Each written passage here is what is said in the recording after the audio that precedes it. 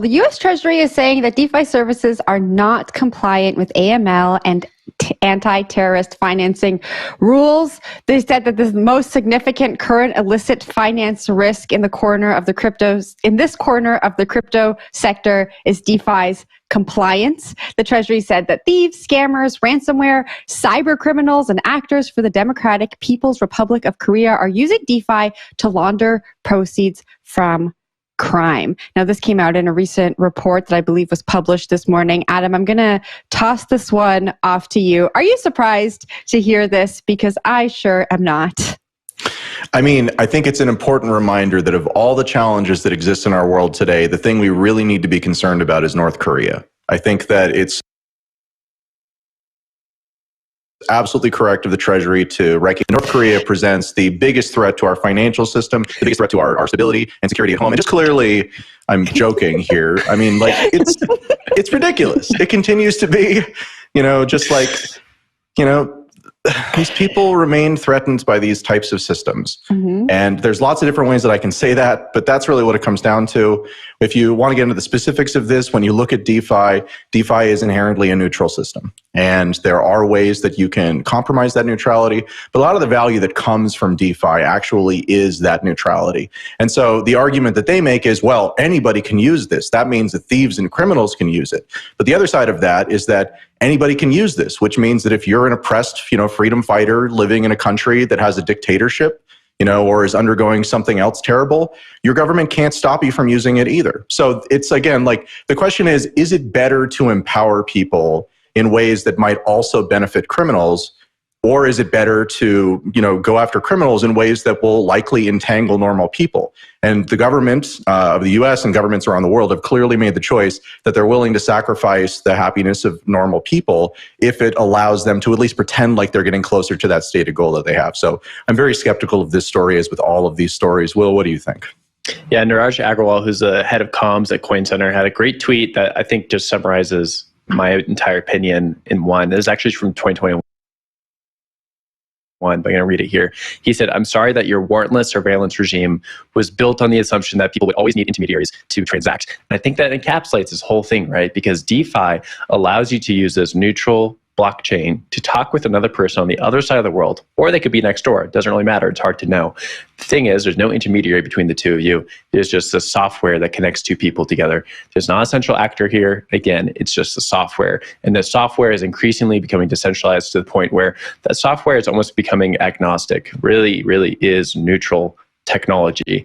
And these government groups, these old laws, the Bank Secrecy Act, and even older stuff than that, it didn't deal in this world, right? This world never existed before 2008, 2009.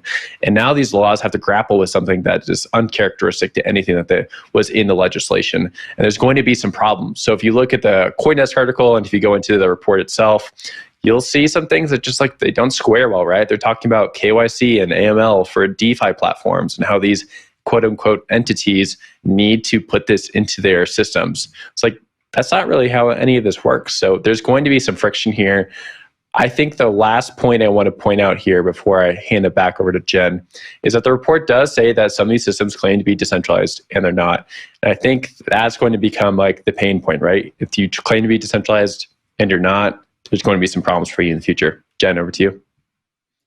Yeah, the report sets out to outline the hazards of technology, which I think is just funny already right off of the bat. Adam, I completely agree with you. I think if we just, take a sample of government communications from the last year, I think the more scared they are, the more they mention North Korea. Yes. I'd love to just see like a little compilation of that.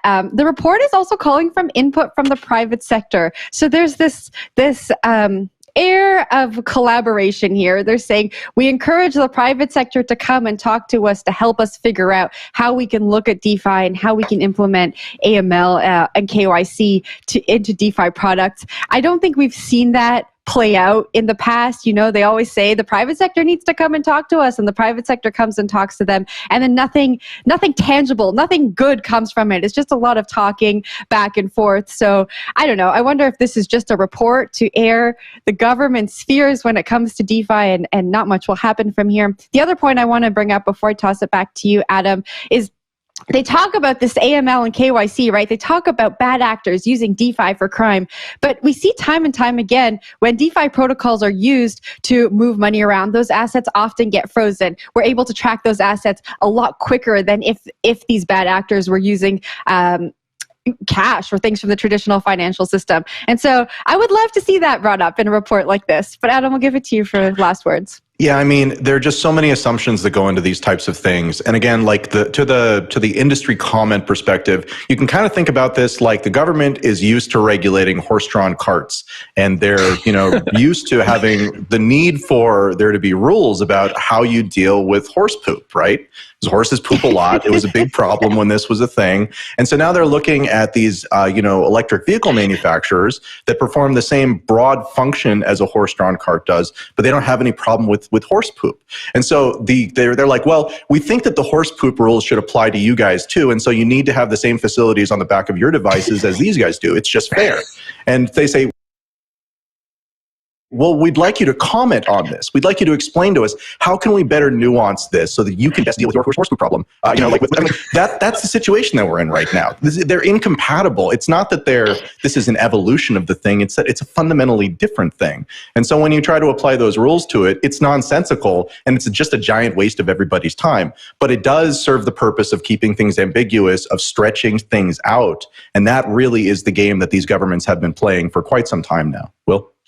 I just gotta say, man, you are on point with the metaphors these days. Yeah. Yesterday you had the broken leg one, and now today with the horses. So Did you just come up with that now? It's really good. It's really good.